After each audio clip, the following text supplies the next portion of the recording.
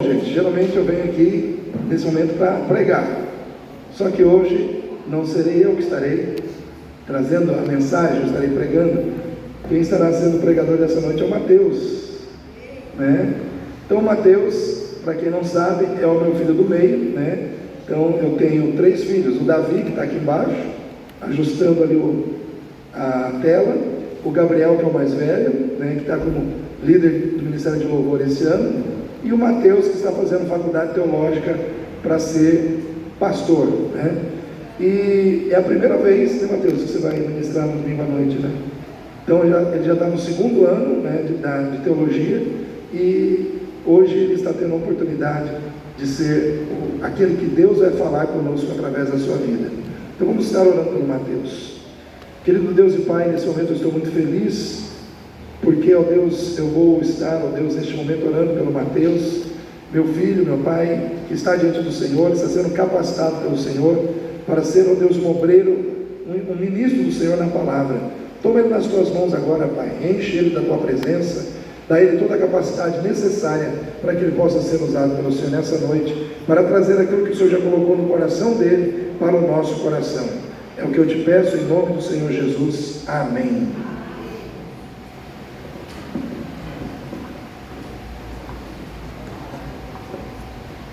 A graça e a paz, igreja. Amém. Amém. A palavra de hoje, ela se refere a um tema de libertação. A gente vai mapear ao longo da palavra algumas fortalezas e descobrir alguns cativeiros espirituais que por vezes nos encontramos. Então, quando eu menciono o tema de libertação, eu especifico que é uma libertação que acontecia há 15, talvez 20 anos atrás. Essa libertação gera alguma imagem na cabeça dos irmãos? Está atrelada a algum acontecimento? Geralmente no passado, com mais frequência, a gente atrelava a palavra libertação com manifestações de demônios. É mentira ou verdade? É verdade. Então, na minha infância, eu peguei um período. Na nossa igreja, isso mais na antiga, acontecia com mais frequência. Então, chegava no culto de sexta-feira, batia uma certa ansiedade. A gente ficava um pouco com medo. Eu ficava com medo, pelo menos. Várias manifestações aconteciam. Uma pessoa aqui, outra ali. Assim, o que está acontecendo? Isso aqui é tudo novo para mim. E aí você vê voz grossa e o pessoal se contorcendo, assim, meu Deus, isso gerava um temor, e ao mesmo tempo, a gente ficava com medo de ficar endemoniado também. Então essa foi um pouco do contexto. Então várias pessoas ficaram endemoniadas, eu apelidei na época de demônio canguru, saía de um e estava no outro, e aí pau parava. Ao longo do tempo, foi se saindo esse esquema, esse modus operandi de Satanás e seus agentes. Mas a gente percebe que a igreja, ela sofre na santificação. Dados 2024, ano passado, o Instituto Barna fez uma pesquisa, um levantamento nos Estados Unidos, e lá se levantou que 61% dos homens e 44% das mulheres estavam presas em pornografia. Pastores de 20% a 21%. A gente está falando de uma pesquisa que aconteceu dentro da igreja evangélica nos Estados Unidos. Se a gente transfere para a nossa cultura, para o Brasil, o país da carne, do carnaval, do futebol, do funk, do samba, do pagode, essa realidade, ela se mantém? Ela é pior? Ela é melhor do que a igreja de lá? É uma preocupação que fica em nosso coração. O país tão sexualizado, crianças sendo direcionadas a esse ponto. Então temos essa problemática. Por vezes algumas pessoas que aceitaram Jesus foram justificadas, agora nesse processo, nessa caminhada, elas têm sido perseguidas. Elas têm sido perseguidas por Satanás, seus agentes, os demônios. Então a gente percebe que não há um processo de pureza na igreja. Não há santificação como Deus requer. Então a gente vai percorrer esse caminho. A gente vai mapear algumas fortalezas espirituais, alguns cativeiros que algumas pessoas se encontram. Então o texto inicial que a gente vai abrir é 1 João 3, versículo 4 ao versículo 8.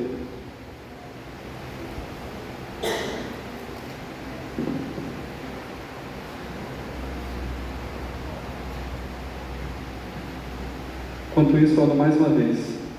Senhor Deus, graças te dou por esta oportunidade, Pai. Que, assim como o Espírito Santo atua, Pai, que eu possa atuar juntamente com Ele, Pai. Que o Seu Espírito esteja a falar em nossos corações. Se por algum motivo, alguma pessoa, algum irmão tem alguma barreira comigo, Senhor Deus, que o Senhor esteja quebrando.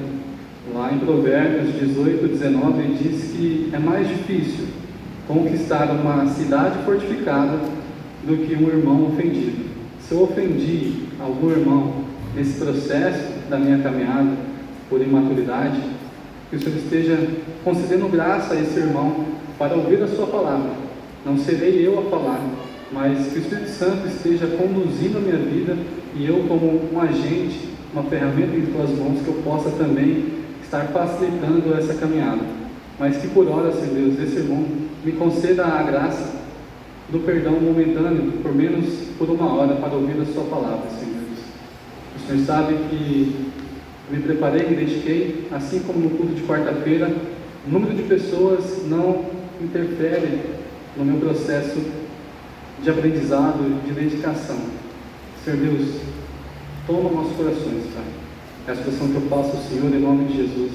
Amém. 1 João 3, versículo 4 ao versículo 8. Qualquer que comete pecado também comete iniquidade, porque o pecado é iniquidade. E bem sabeis que ele se manifestou para tirar os nossos pecados, e nele não há pecado. Qualquer que permanece nele não peca. Qualquer que peca não viu nem conheceu a Deus. Filhinhos, ninguém vos engane. Quem pratica a justiça é justo, assim como ele é justo. Quem comete o pecado é do diabo, porque o diabo peca desde o princípio. Para isto o Filho de Deus se manifestou, para desfazer as obras do diabo. Então a ideia inicial aqui, ela se refere ao pecado habitual. Quem peca é do diabo, mas em que sentido? No sentido de ser uma regra em sua vida. Quando estamos mortos em delitos e pecados, a gente peca habitualmente, é uma regra na nossa vida. Mas quando conhecemos a Deus, fomos justificados e vivemos em santidade, essa regra, ela se torna exceção. Existe pecado na nossa vida? Existe, mas é no caráter de exceção e não de regra. É isso que o texto vem mostrar para a gente, escancarar. E qual foi a primeira manifestação do Filho de Deus? Tirar os nossos pecados. E aqui é o primeiro princípio, o fundamento. Só tira pecados quem não tem pecado. Só trabalha com libertação quem é liberto. Então, para que eu possa estar aqui falando aos irmãos, eu precisei ser liberto nessa caminhada. O que os irmãos podem ver aqui hoje é um homem liberto. Eu tive as minhas vergonhas, mas elas não me fizeram paralisar. Então o pecado aqui é um pecado habitual, e para isso manifestou o Filho de Deus, para tirar os nossos pecados, porque nele não há pecado. A segunda manifestação do Filho de Deus, destruir as obras do diabo. Quando estamos em Cristo Jesus, nesse processo de separação, de santificação, não existe obras que venha nos vencer, prevalecer contra nós, porque estamos em Cristo, somos maioria, temos Deus, temos o Filho, temos o Espírito Santo, sempre estaremos em maioria. Então, relembrando um pouco da pregação passada, havia ali o cego de nascença. O cego assim como nós espiritualmente, está morto desde o princípio em seus pecados, não enxerga, não vê. Mas o cego, mesmo cego, ele ouve a voz de Deus, ele ouve Jesus, ele ouve falar das obras. E esse ouvir falar é suficiente para gerar fé nele, para estar no lugar certo, mesmo sendo cego. Mas aí acontece um processo chamado provação. Esse cego, ele ouviu sobre Jesus, ele ouviu que Jesus multiplicava elementos, ele ouviu que houve a multiplicação de pães e peixes, houve a cura de paralíticos de forma instantânea, mas quando chega na vez dele, é um processo. Ele não é curado instantaneamente, ele precisa se deslocar, andar até o tanque de Siloé. E esse caminhar eu chamo de santificação, porque Deus poderia ter feito, assim como no passado, curar instantaneamente, mas Ele nos mostra o poder do processo. Ele é um Deus que cura instantaneamente. Amém? Eu creio nisso. Mas é um Deus que Ele está preocupado em mostrar o poder do processo, gradual e não instantâneo. Então, no passado, esse cego ouviu a voz de Deus, a voz através do Filho Jesus. Mas foi quando ele perseverou na fé, se lavou, é que ele foi purificado. Então antes ele ouvia sobre Jesus, ele foi tocado por Jesus, ele foi apalpado, tateado, mas quando volta enxergando. Deus concede graça quando Ele ouve, quando você consegue ouvir a voz dele. Mas existe uma graça superior através da santificação. Você consegue enxergá-lo, você consegue apreciá-lo, você consegue glorificá-lo. Esse é o resultado de um processo de santificação que agrada a Deus. E o primeiro tópico diz a respeito de Deus. Deus é amor, como vimos em 1 João 4,8. Se alguém não ama o seu irmão, não conhece Deus, porque Deus é amor. E o amor lança fora, quebra toda barreira, quebra toda fortaleza espiritual ou qualquer que seja em nosso coração. O primeiro mandamento que a gente percebe no Novo Testamento, o resumo dele, são dois. O primeiro diz a respeito de que ouve Israel, o Senhor vosso Deus é o único Deus. Quando existe a palavra ouvir no hebraico, ela está relacionada não apenas ao ato de escutar, mas ao passo de que existe uma ordem, você obedece. Se eu falar para ele pega um copo d'água para mim, enquanto ela não pegar, ela não me ouviu, ela apenas escutou. Mas quando ela executa o comando, então podemos dizer que ela ouviu e obedeceu. Essa palavra é muito forte, ela está sempre repleta no Velho Testamento. E qual a ordenança? Amarás o Senhor teu Deus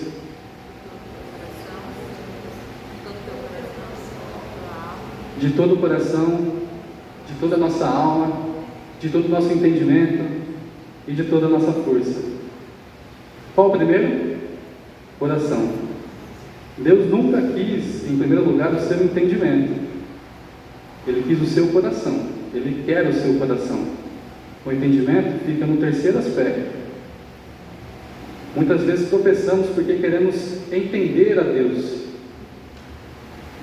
Pela graça e por Ele, se Ele permitir, a nossa mente finita consegue entendê-lo. Mas isso é uma graça muito elevada. Vejo que não é possível entender a Deus completamente com a nossa mente finita, humana e carnal.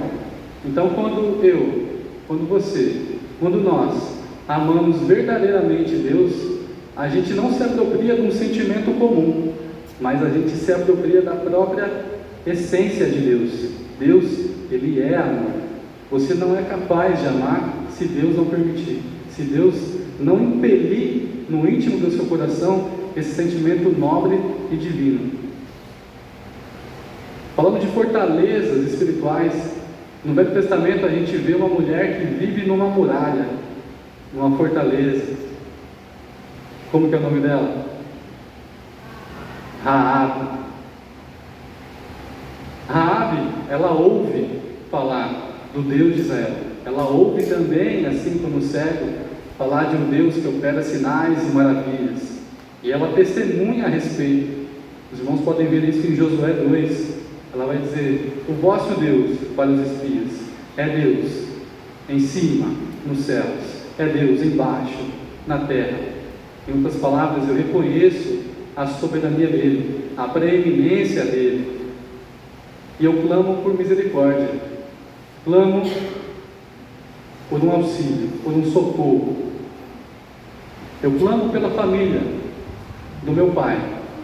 Tenha misericórdia do meu pai, tenha misericórdia da minha mãe, das minhas irmãs, dos meus irmãos, implicitamente, tenha misericórdia das nossas vidas.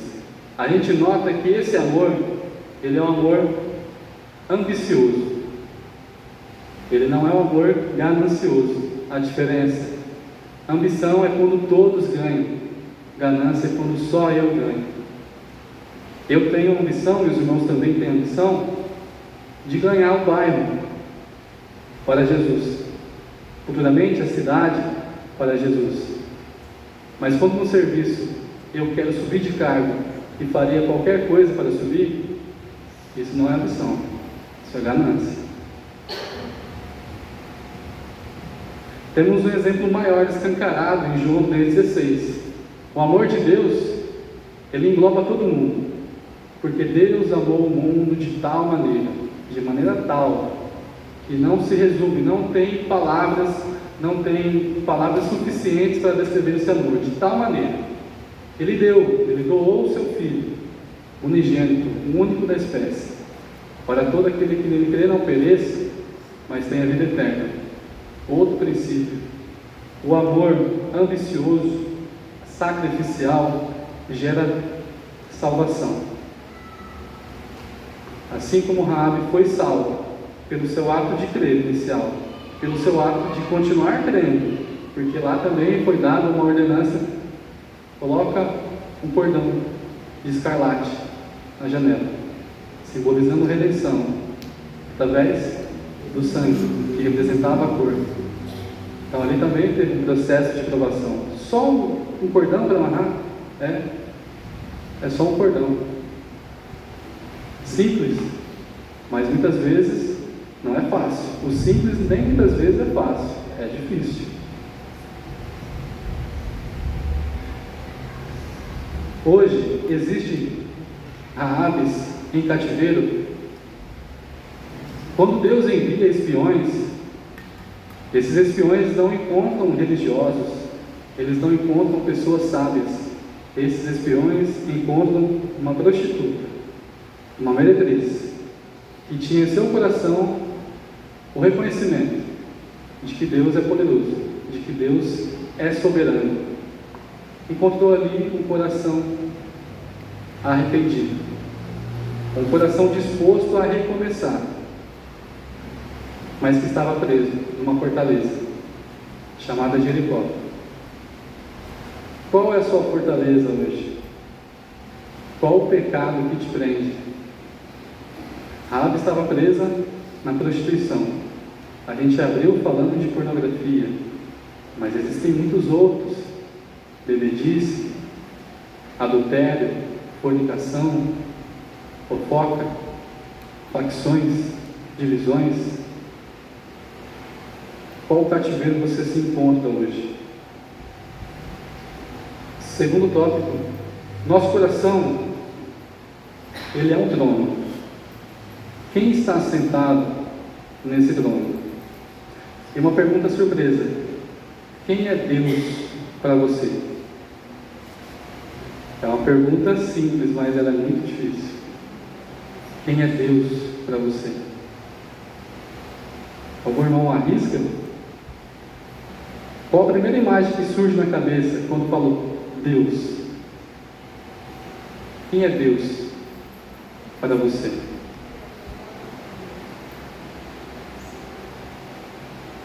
A gente abriu falando que Deus é amor, e está certo. Mas existe uma figura no Velho Testamento sendo trabalhada, e Jesus escancara essa figura, a figura do Pai. Deus, Ele é Pai. Muita gente faz confusão, muita gente gosta de Jesus. Jesus é meu brother, o JC é meu fechamento, eu gosto muito dele, ele morreu por mim, ele pagou os pecados que era meu. Aquelas chicotadas, aquela cruz era sobre mim, mas ele tomou sobre mim, tirou de mim todo esse pecado, toda essa aflição. Agora Deus, quem é Deus? Deus é Pai. E o diabo utiliza muito da deturpação da figura masculina para entrar nos lares e destruir, por consequência, esses lares. A gente percebe no Brasil muito disso, muitos pais ausentes, muitos pais autoritários, indiferentes.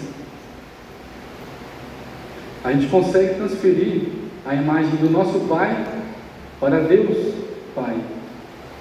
Mas por mais que o seu Pai seja bom, Deus não é esse Pai.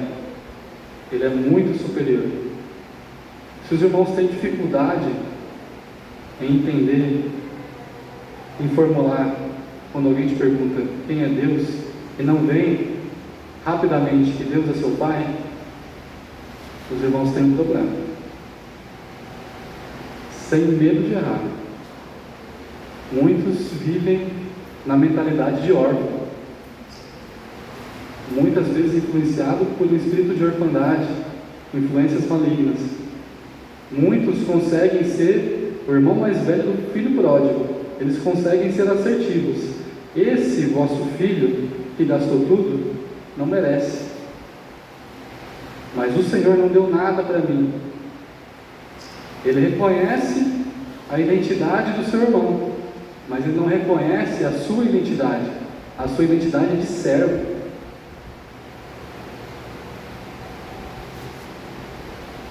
Se os irmãos têm identidade de servo, ela não está errada, porque o Velho Testamento vai abordar muito a respeito, mas Jesus vem escancarar um relacionamento muito superior. É por isso que ele se apresenta como Filho de Deus.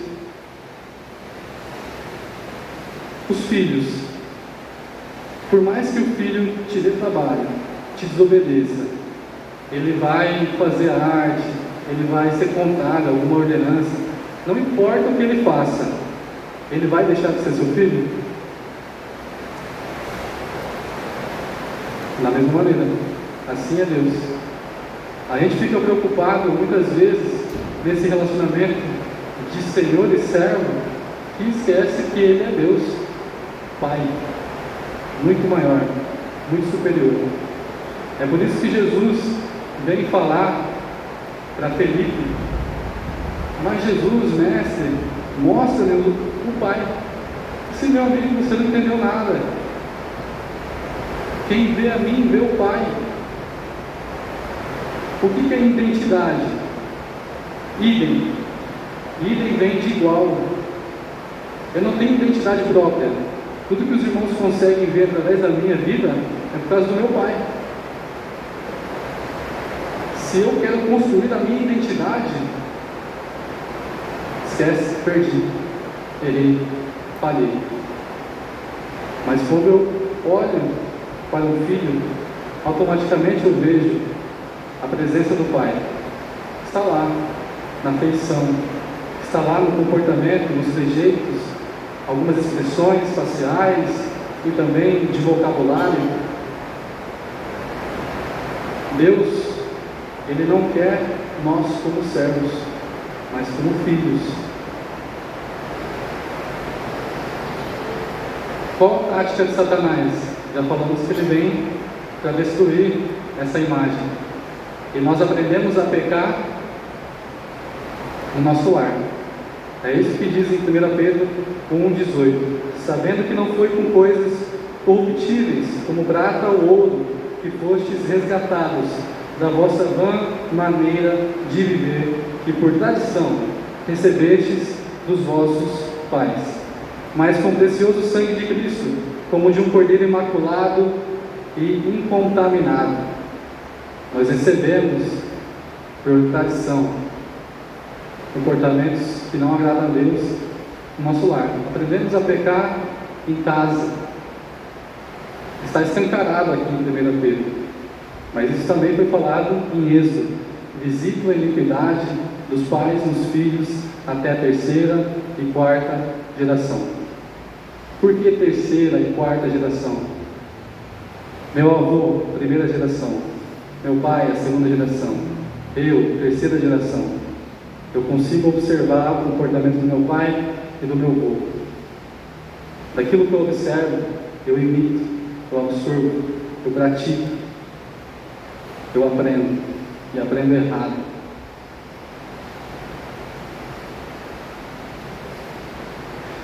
A gente está falando do tema de pai. O tema do pai, da paternidade de Deus, é muito amplo. Eu não vou abordar aqui a paternidade de Deus, mas eu quero que os irmãos busquem ter a paternidade de Deus bem resolvida em seu coração. Eu vou falar um pouco mais sobre a herança. A herança é a responsabilidade do pai. A gente vê a palavra patrimônio, está atribuído, atrelado à figura do pai. Consequentemente, a gente vê o matrimônio, atrelado à figura da mãe. No Brasil, existe um padroeiro ou uma padroeira? Padroeira, que vem da palavra pai, mas é uma mulher. Os irmãos entendem como que a batalha espiritual ela é constante e sutil? O Velho Testamento vai abordar sobre a herança. Deus nos deixou a herança.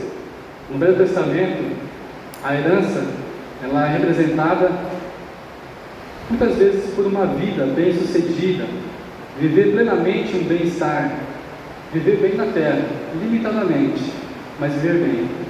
A gente vê isso, encontra textos em Salmos, mas também vemos em Salmos uma revelação maior, mais substancial, mais fundamentada. Deus se apresenta como a nossa herança. É isso que diz em Salmo 119, 57. O Senhor é a minha porção. Eu disse que obedeceria às suas palavras. As suas palavras eu obedecerei. As palavras, os mandamentos, as ordenanças, eu vou obedecer, porque é meu Pai falando.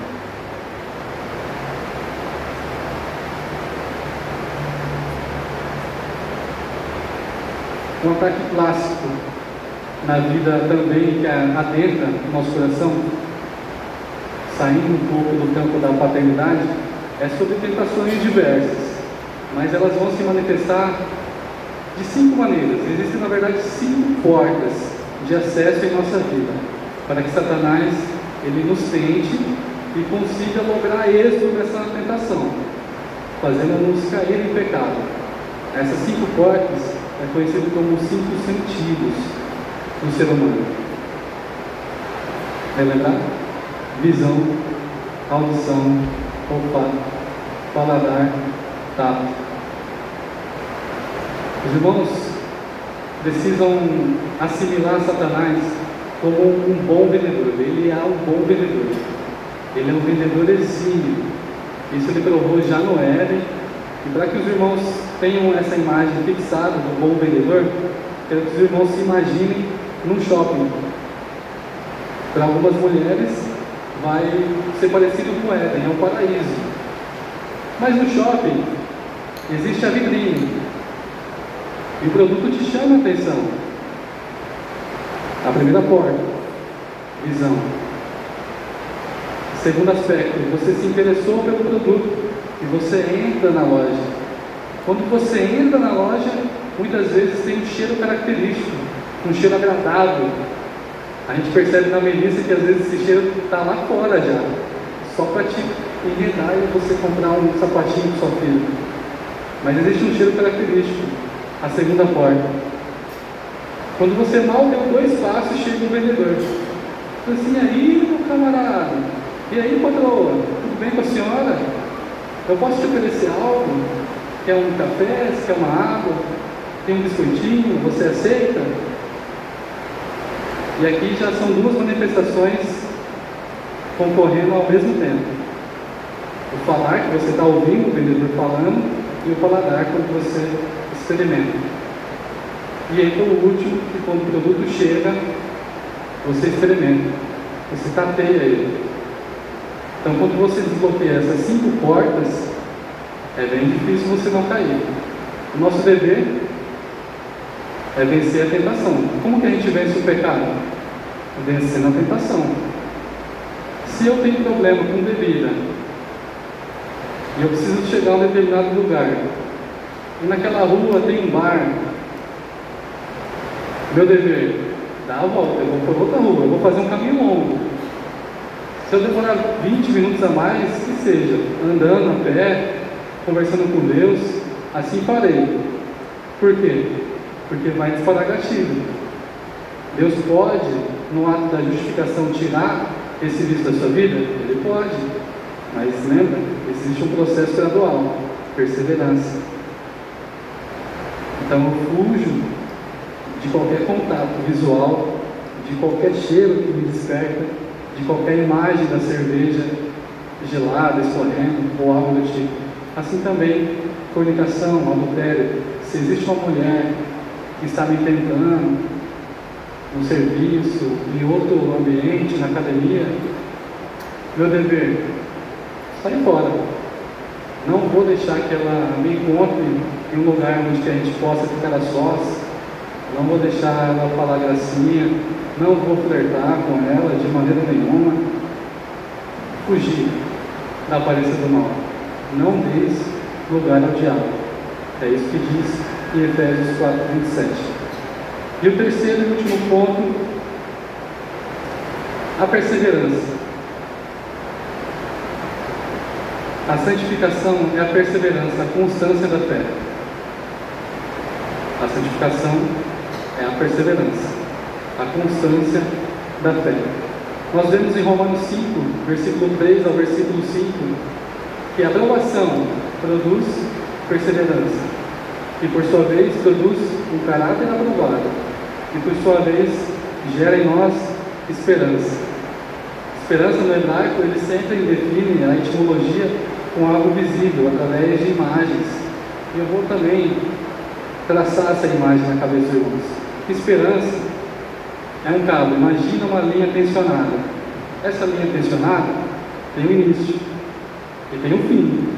Muitas vezes você pode estar no meio dessa linha, ou pode estar no início, mas estando no meio, por exemplo, fica melhor. Você sabe, você acompanhou que existiu o início, existe o meio, e conhecemos que Deus, Ele é imutável, Ele é perfeito, não se altera, não tem sombra de variação em Deus. Se eu sei que essa linha tensionada tem coerência, quando eu me agarro nela, me aproprio nela, o final dela é Deus. Essa é a esperança que nós temos que nos apegar. Santificação também, ela demonstra obras de arrependimento. E aqui eu vou falar sobre Zaqueu. Zaqueu também ouviu sobre Deus através de Jesus. Ouviu sobre Jesus. Não vou dar uma mão na cabeça dos irmãos, não. Ouviu sobre Jesus, estava no lugar certo, mas não era suficiente. O que ele fez? Subiu na árvore. E aí ele ouviu, recebeu o Evangelho, a mensagem. Essa mensagem tocou a vida dele. Mas ele percebeu que ele prejudicou pessoas, ele defraudou algumas pessoas.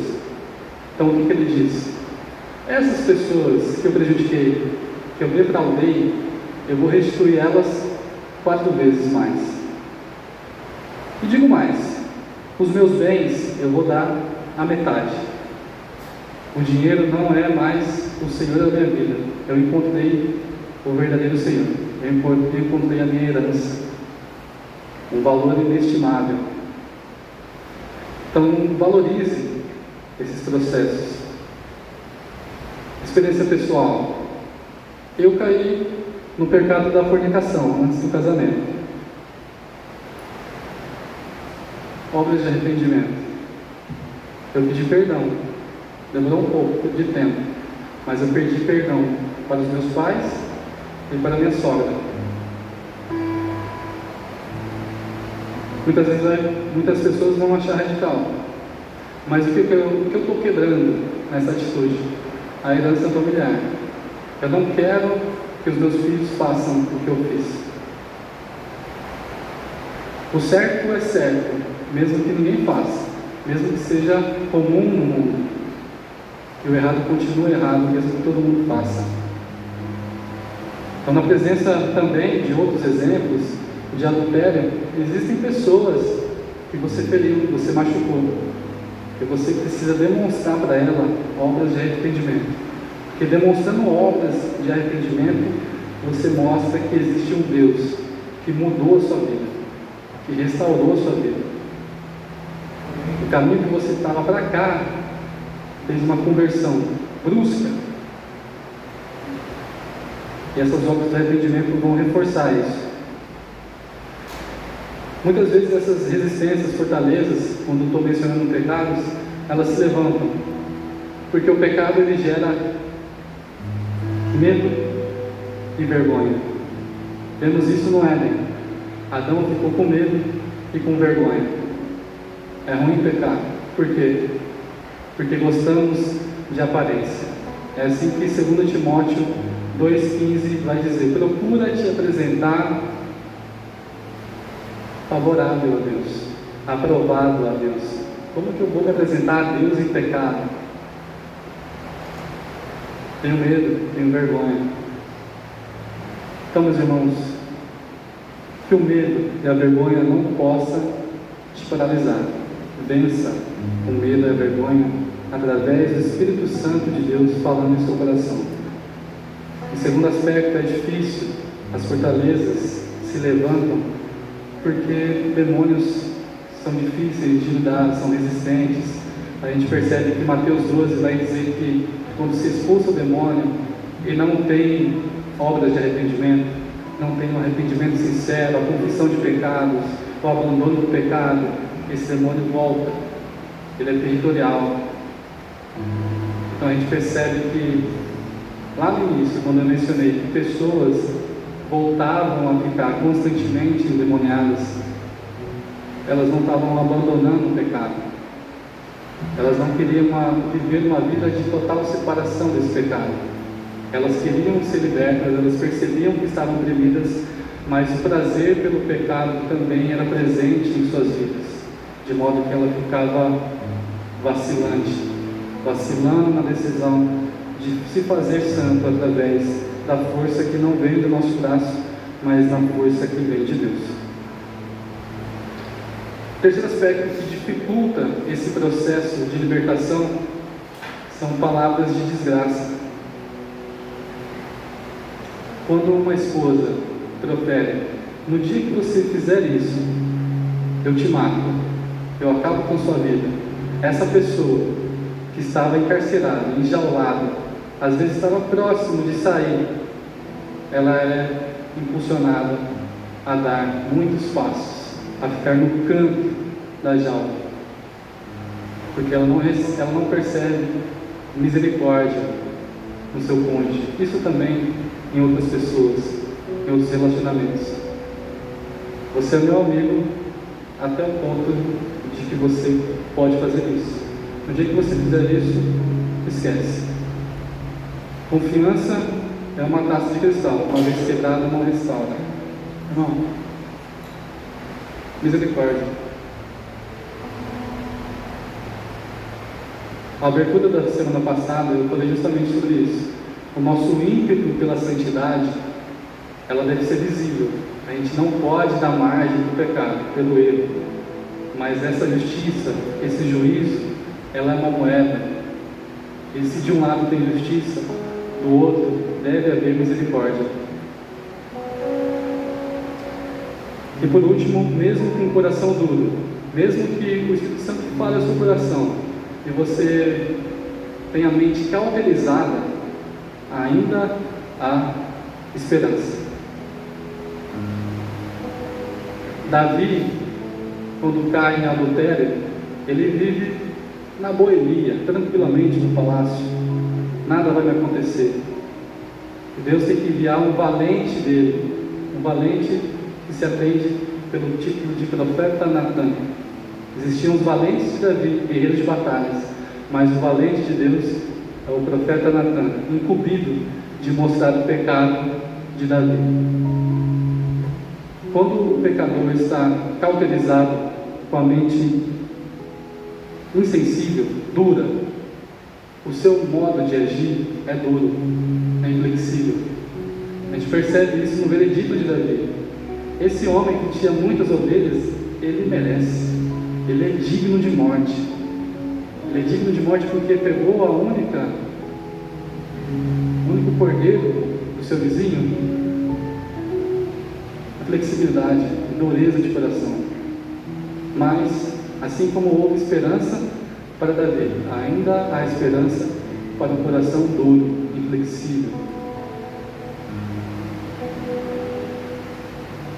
Eu encerro, irmãos, falando que vale a pena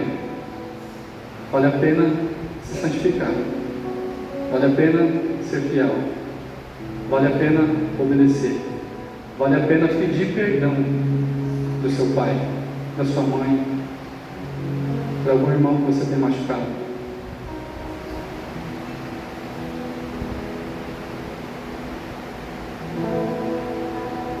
Existe saudade. Quando o coração duro se mostra, ele vê uma barreira daquelas pessoas que amam aquela vida.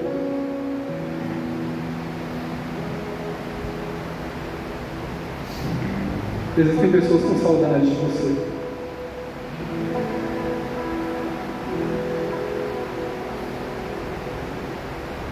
Nesse momento, abaixe sua cabeça e comece a orar a Deus. Reconheça, se arrependa, confesse. Deus é misericordioso para fazer a obra na sua vida.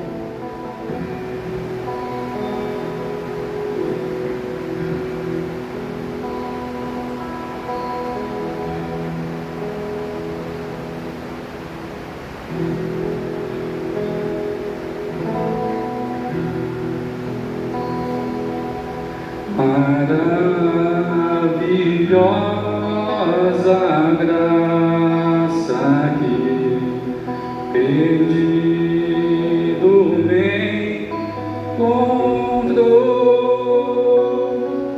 estando cego pude ver, Cristo me resgatou.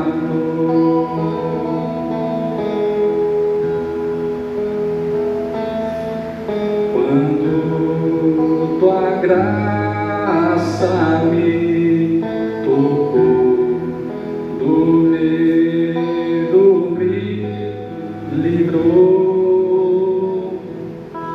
Quão preciosa é pra mim a graça do Senhor. Liberto eu fui de uma prisão, meu Salvador me resgatou. Misericórdia e perdão, eterno amor e redenção.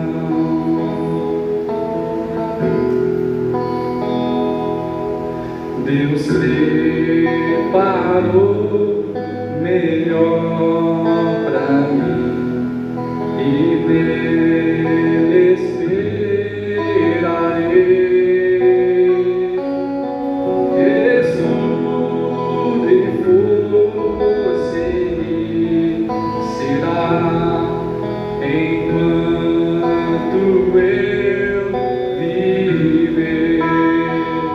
Liberto eu fui de uma prisão,